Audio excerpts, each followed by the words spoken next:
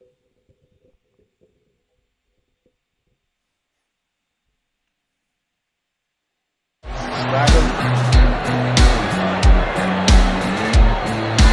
goes Cooper. Cooper with a great chance. Cooper must make it 4. He does.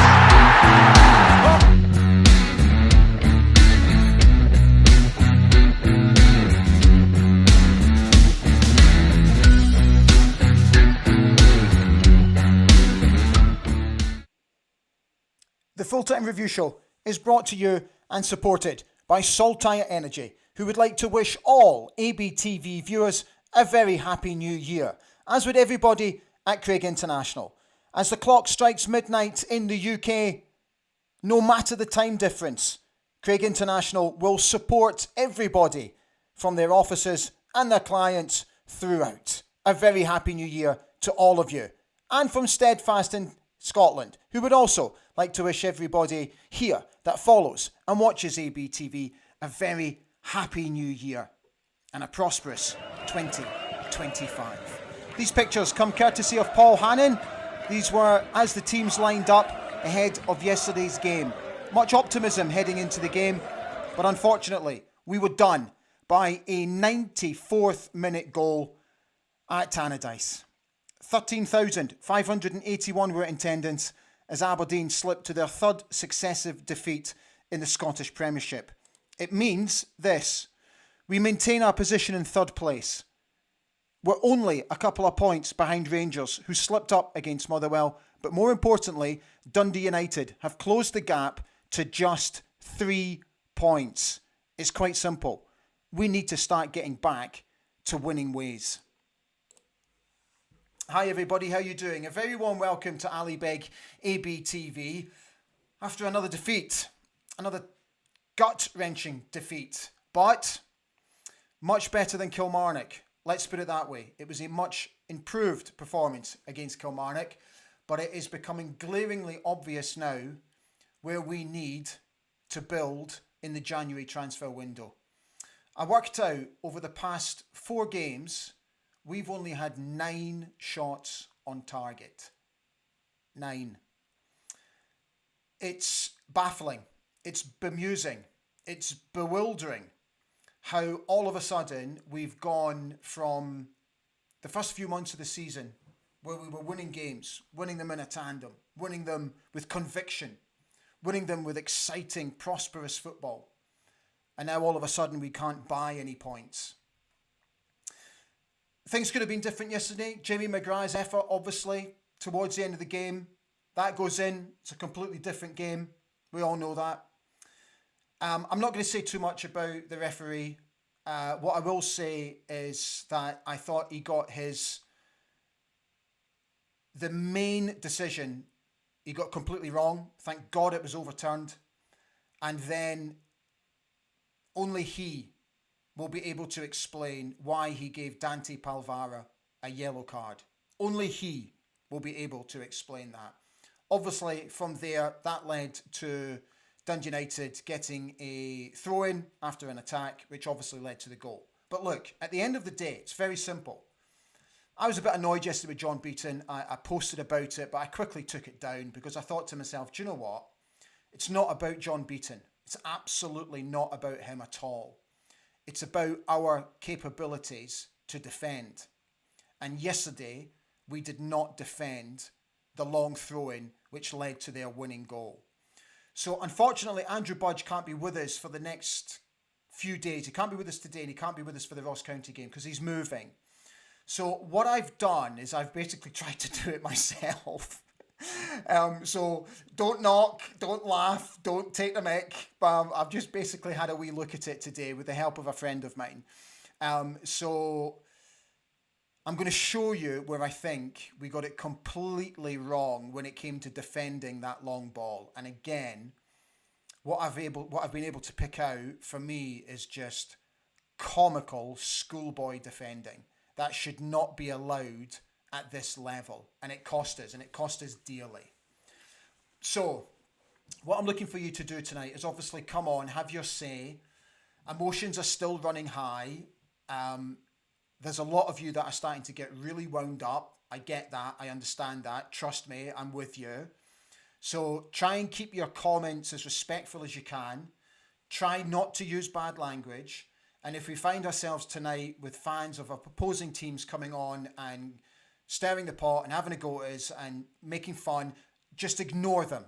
Okay, I'll get rid of them. Just ignore them. Do not get involved. Don't sink to their level. So, the team news first of all. So again, he's made a number of changes from the Kilmarnock game. So Dimitar kept his place in goal. And Gavin Malloy came in for Angus MacDonald. I was slightly surprised about that. I thought that Ruby would have dropped out, but he didn't. Again, I was slightly surprised here. Delighted to see Palaversa get start. Absolutely. Slightly surprised that Nielsen did. McGrath played over on the right. Again, I thought he was completely ineffective during the game. Leighton Clarkson, who I thought was busy and did well. And Keskinen, who could and should have done an awful lot better, I thought, when in possession of the ball.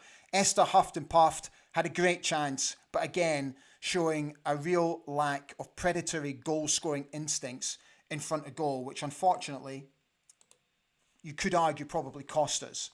Okay, so here's your stats. So only 40.3% of possession to them, 59.7% for us. In total, they had 19 shots to our 9. Again, the big difference here, 6 shots on target to our 2. Passes in the final third was 72, ours was 89, which was up on the Kilmarnock game, and 23 touches in our box in comparison to 25 in their box, which again was slightly up on the Kilmarnock game. So overall, there were improvements in the game. I thought we looked compact. I thought we looked a little bit nervous in the first 5 minutes, but after we settled, I actually thought we had some decent passages of play. I thought Duke was causing them problems, and when he was getting the ball and going at them with pace, that's when I really started to think we could actually do some damage here. But again, where I think we're slightly failing is we're not replicating what we did at the beginning of the season, where if our wingers were in possession of the ball, the fullbacks were coming up as the supporting players, and there were options to either pass it on, square it, get the ball into the box quickly, and we're not doing that at the moment. And a few of you have brought it up. We spoke about it in the preview show, and I just don't know why we're not quite getting that again. It just appears to have been missing from our game. So what I'm going to do now is I need to clear the timeline first of all, because I need room to put in the examples that I want to show you. So just bear with me, okay? So just let me get them in, because I want to show you first, and then I want to get you guys in. Okay, so, right, goal 1, angle 1. So I've got 3 different angles for you to look at. Let me get the second angle up. And I've also got an angle from behind the goal. Okay, let me get that last one up. Goal from behind the goal. There it is. Okay. And then I'll get Yimmy in there. I'll just put Yimmy in so that we've got him, because I've picked out a few of his quotes. Okay, so let me put the first example up of where this is basically our starting positions from the long throw-in. So take a close look. What we've done is we've highlighted Nielsen. And this is literally a millisecond before the boy chucks it in. What he does here, when the ball comes over, instead of remaining goal side to halt, he literally runs across him and in front of him. He does not stay goal side. Let me show you the next angle. Here you can see it better. There he is highlighted.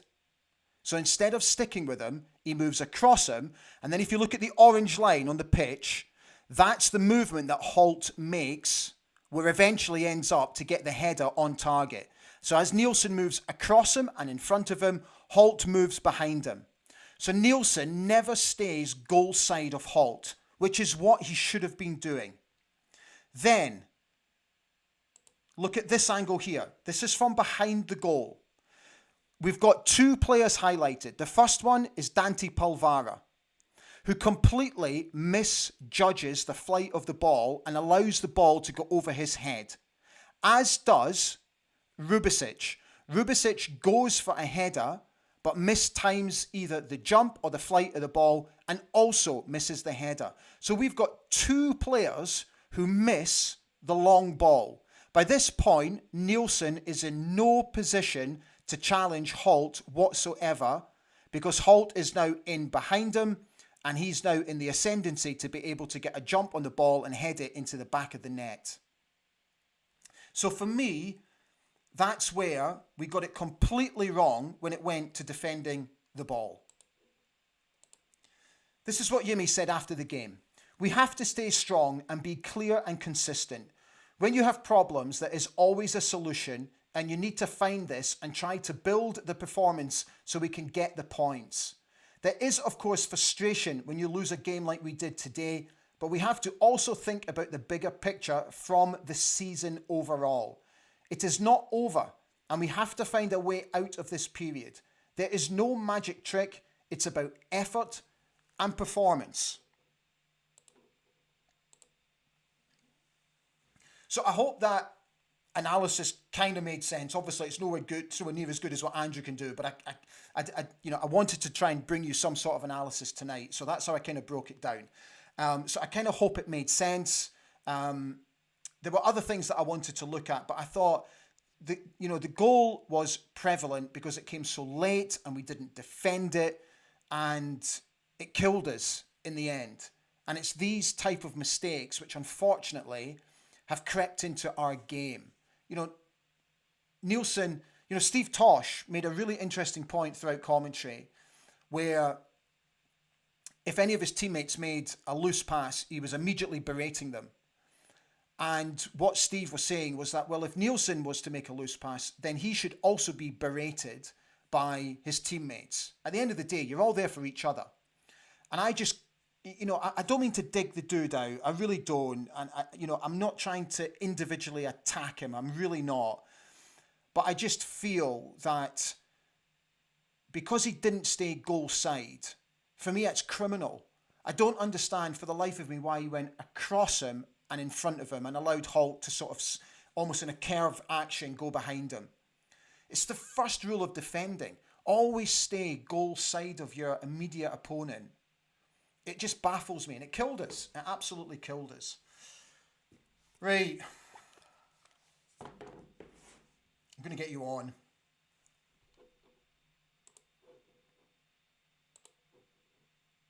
Hang on a second. So just let me minimize that. Okay, so let's pause that video. Right, guys, we're ready for you now. Let me just drag the bars down. Oh, lots of you watching tonight. Fantastic. Thank you so much for coming on. Okay. Gigi says, sadly, I was at the game, and this will be my last ever visit to Tannadice, as the items thrown by our fans behind the subs bench was a disgrace. So we've obviously seen, well, we've not seen. So Jim Goodwin has obviously come out and asked for life bans. There were some photographs taken by the press of stewards and Dundee United staff who had to walk onto the pitch and remove items from the pitch. I have to be honest, I cannot for the life of me understand why people would do such a thing. Look, I'm not to preach, right? I would never preach about our fans. It's not my place. But all I will say is this. There is absolutely no place in football at all to be throwing objects at opposing dugouts. And if you were a perpetrator, you need to take a long, hard look at yourself, because all you're doing is dragging down the good name of our fans and our club, particularly the fans, because the fans are the lifeblood of our football club. The fans this season and previous seasons, in the difficult times that we've been through, have been absolutely phenomenal. The support this season has been there's no words to describe it. You guys have been absolutely phenomenal. The noise that was generated from Tannadice yesterday was hairs on the back of your neck stuff. And any rightfully minded fan will look at that and applaud it, but will also, in the same breath, be absolutely appalled that some individuals would steep to such depths to do such things. Please, please, don't drag the name down of our fans and our club by doing such things. Please. Graham Gibbs says, negativity is part down to certain players being played week in, week out, despite being clearly off form or tired. Our wins were due to quick substitutions. Now to us fans, better options are benched. Dave B says, good evening, Dandies. Better performance, just the final ball needed to be better. Graham Rate says, our tactics have been sussed. Haven't won any of the games when we've played the team the second time. It's true. I'm starting to wonder if he just needs to sort of play around a little bit with the tactics. I thought yesterday's substitutions were a little bit too late. You know, bringing Shady Morris on for what? He got what? 5 minutes, if that? Yeah, I just don't see how you're going to make a difference in 5 minutes. I really don't. Because we were struggling to get the balls down the wing anyway by that point.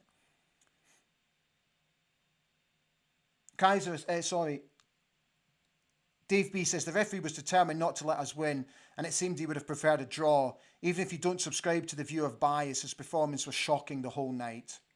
Kaiser says, the Dons fans should have been in the shed. Utter stupidity from United fans, having our fans above the dugouts. I agree with that. I thought that was a bad move, but it still does not excuse the behaviour. Ewan Sutherland says, the manager has retained the confidence of all reasonable fans, but 3 things require explaining. 1, why is Morris getting so little game time? 2, why is Toppy being played out on the right? And 3, why are the fullbacks only pushed up in the second half? I agree, Toppy is much stronger on the left-hand side. Much stronger, we've seen that. Colin Gale says, I've seen this many times before in my 55 years supporting the Dons. I am perhaps more relaxed about it. Things will improve, we just have to be patient. We're not world beaters and we never will be. Kaiser says, even if our tactics have been sussed or not, we should still be good enough to beat teams that all the teams in front of us. Celtic's tactics have been sussed. It doesn't stop them winning by 3 or 4 or 5-0. Barry Cooler's on. Hi, Barry. He says, good evening, Dandies. Tough times just now. JT needs to drop McGrath and Nielsen. He also says that Beaton's decision for the Palvara foul was shocking. Noticed the EE ref said he got it wrong. Kaiser is suggesting that Tallinn is making some peculiar decisions at the moment. Paul Donaldson says, better performance but still frustrating to lose. No excuses for the awful defending for their goal, but agree 100% with Steve Tosh's comments about John Beaton. He's unfit to referee in the top flight. Matthew Cole says, good evening. So one to take conceding so late. I thought Polvara and Morris should have been on a lot earlier.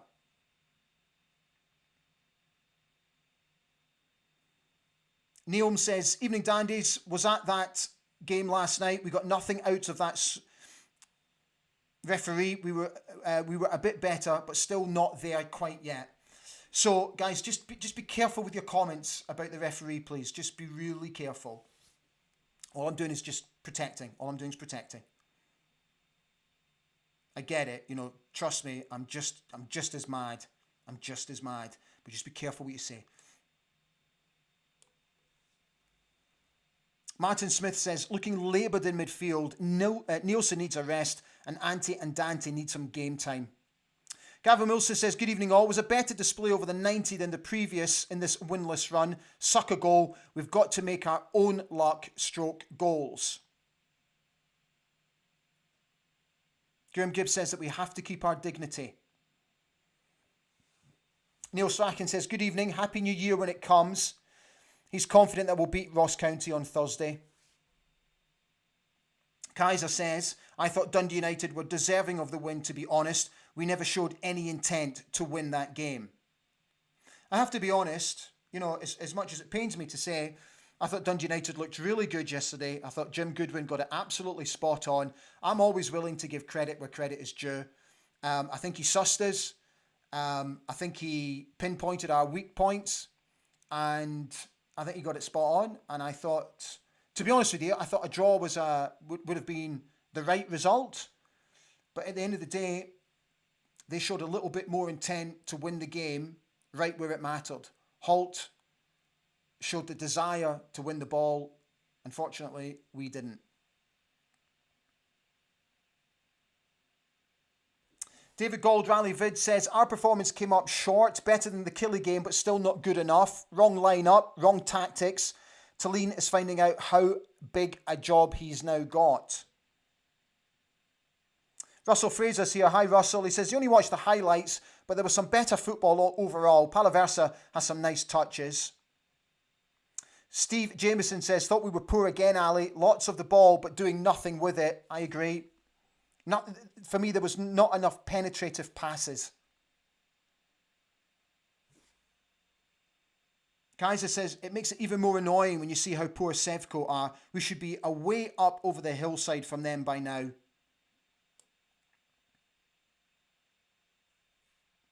Paul Donaldson said, how did Nielsen manage to allow their player to get the wrong side of him and get that free header? Martin Smith said, yeah, we need a proper striker, but we need steel in midfield and moving the ball quicker. That was another point that I wanted to bring up yesterday. We were so slow. It was almost pedestrian. Again, what's happened to that fast-moving, quick-paced, dynamic football that we were playing for a while? It just seems to have disappeared out of our game completely. Apart from Duke trying to make things happen, I just thought we were really laboured in getting the ball forward yesterday. And again, it went throughout the team. I wrote some other notes down here. We can knock the ball about all day, but unless we're creating chances, nothing's going to happen for us. And we absolutely have to stop conceding goals from long balls and balls into the crosses. Those were the points I was making yesterday when I was watching the game. Ian Fulton says, good evening all. We still believe in Jimmy and trust him in the upcoming transfer window. Even with issues with the referee, we did not do enough to win. Neom says, Clarkson and Palaversa were better defence, but we need to put bodies on the line. John Grant says, I thought it was a better performance, but we still carry little threat up front and then we get punished late on. Sheep on Fire says, it was a better performance than at Rugby Park, but changes need to be made.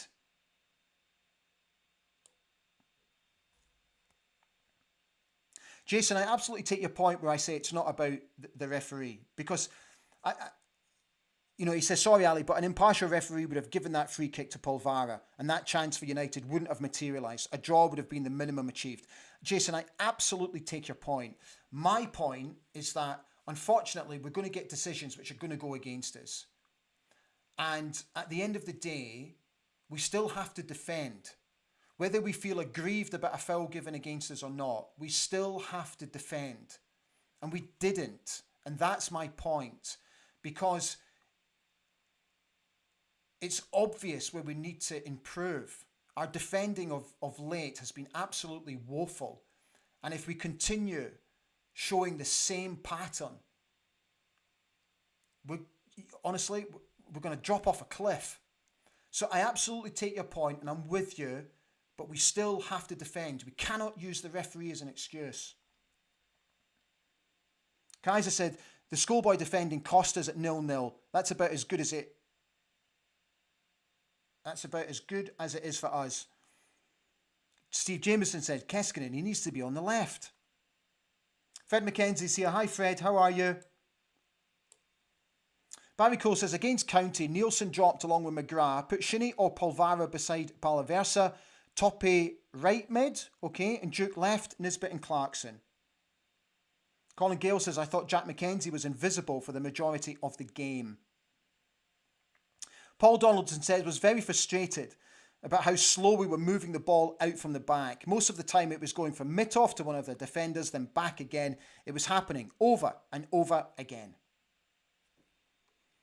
There are so many of you on talking about the fact that Nielsen just looks absolutely shattered at the moment and that he needs a rest.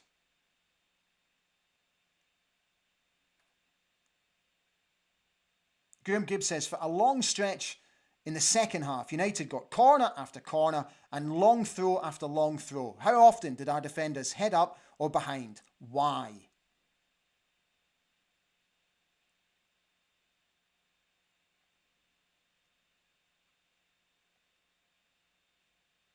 David Goldralli Vid says, defending 101, stay goal side of your man. Angie Jameson is here. Hi Angie. She says, hello to Ali and fellow dandies. The frustration is real just now. Why is Ruby, Nielsen or McGrath starting? I'm honestly bemused. The goal we lost yesterday is schoolboy stuff. Roy Thompson says, it will be hard to stomach for many, but yesterday was undoubtedly an improvement in performance, just without the cutting edge up front. Angie came back to say, at the same time, we have no threat up top. The miss also for McGrath sounds him up just now. And informed McGrath would have scored. Barry Cole says, we have to use January to get it all sorted. Paul Donaldson says, if we're not going to sign any new striker in January, I think seriously we need to consider bringing Alfie Babbage back from Ayr and give him a chance.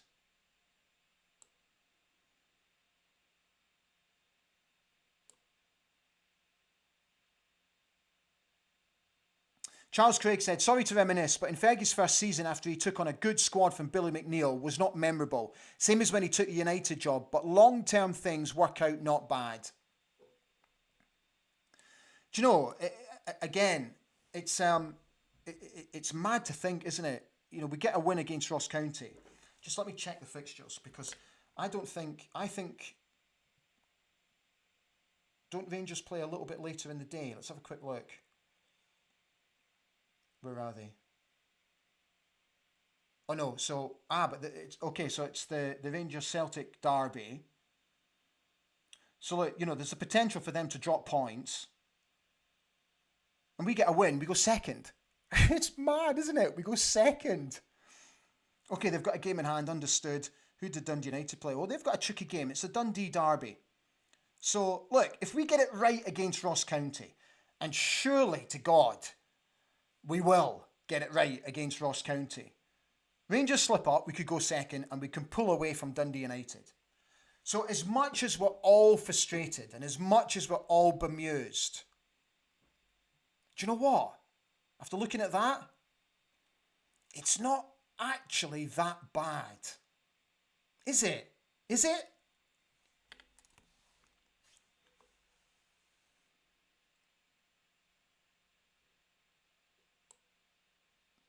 Dave B says, on your analysis, Ali, the same issues arise at corners. There are too many players trying to watch players and mark space than attacking the football.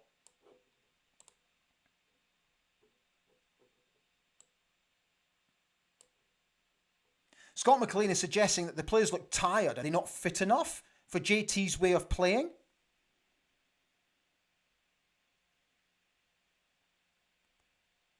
Chick Sampson says, away game against a tough, on-form team, but for a late goal, it would not have been such a bad result given the recent form. Absolutely, Chick. Michael Taylor says, good evening, Ali and fellow Dons fans. Gutted once again after yesterday. Really don't know when a positive will come. Hope it's just around the corner. Here's hoping it's the Ross County match.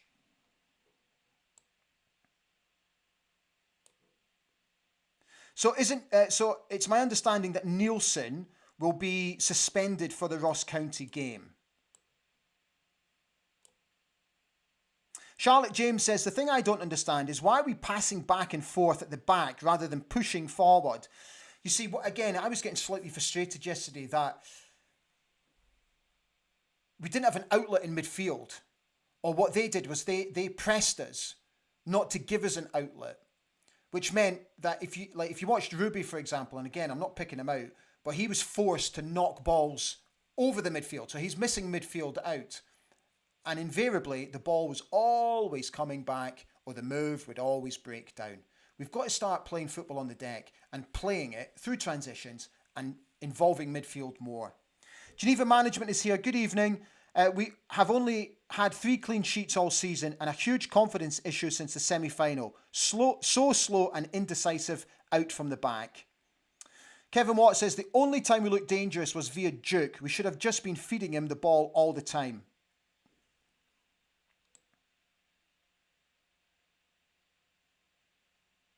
Kevin Watt is suggesting, when the team is struggling, does Clarkson really bring enough to the table?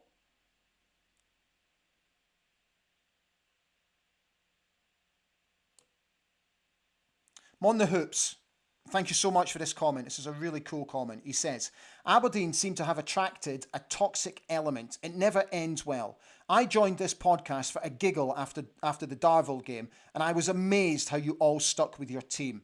He says, you're top fans with a big thumbs up. Thank you, mate. Top man.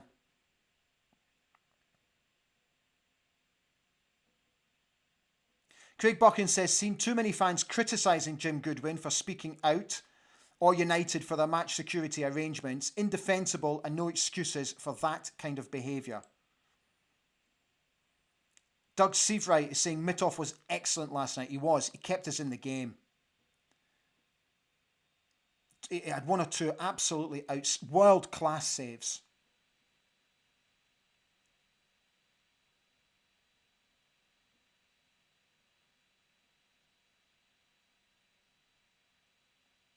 Scott Bowie says, Ali, zonal marking at the goal. That's why the ball went over Polvara's head and no one attacking the ball. United players were the only ones attacking the space.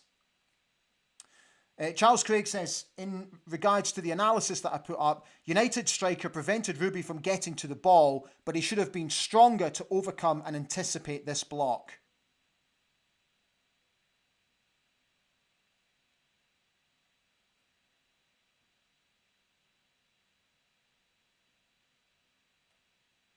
Bruce Strother says, bit better than recent games, but again, poor finishing and terrible defending at set pieces / throw-ins.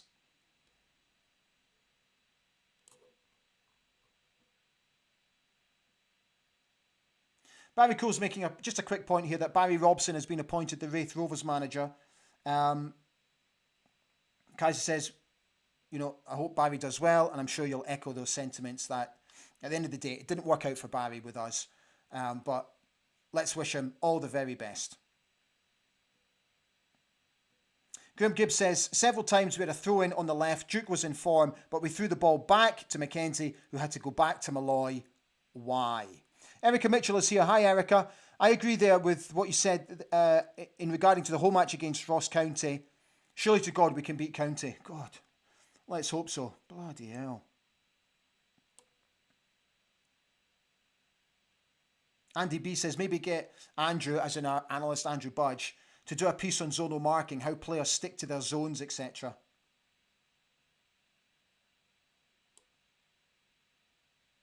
Kaiser says, I just don't get the zonal marking.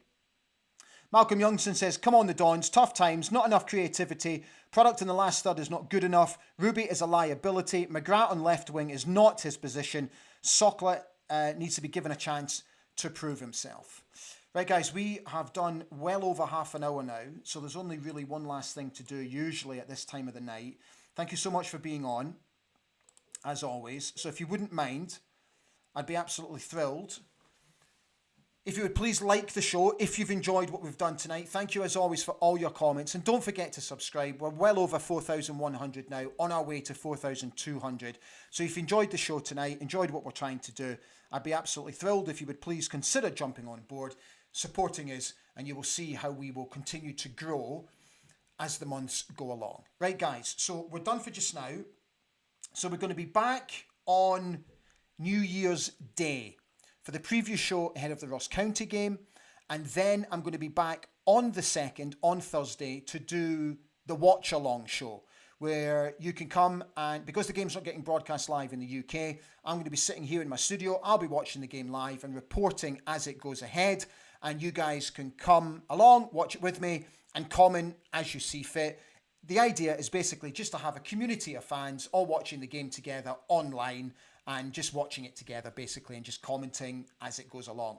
I hope to God I don't have the technical issues that I did the other week, but I think I've managed to sort them, so I really hope you can come and join us for the watch-along show, because the viewing figures for the Kilmarnock game blew my mind. Right, just let me check. There's no last second comments. Graham Gibbs says you should start charging rates for providing therapy. Jim Presley says, since the 6-0 kicking from Celtic, there's been a massive change in application and some very strange team selections. Being loyal to certain players is not working. Dougie says, the number of times we've left players in our box unmarked, even on our good run, 3 clean sheets all season, and we've stopped building through Devlin and Mackenzie. There we go. Right, guys, I'm going to wish you all a very good evening. Take good care of yourselves, and I'd like to take this opportunity to wish you all a very happy new year, and I hope you all have an absolutely fantastic and prosperous, healthy 2025.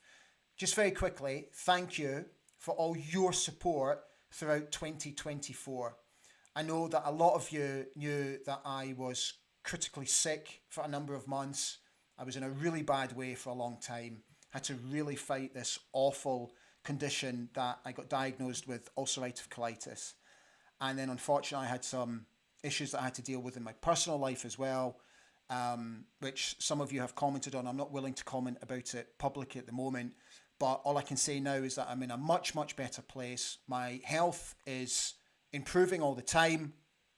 On a personal note with the family, that's now all settled down and everything's doing great. My boys are absolutely fine.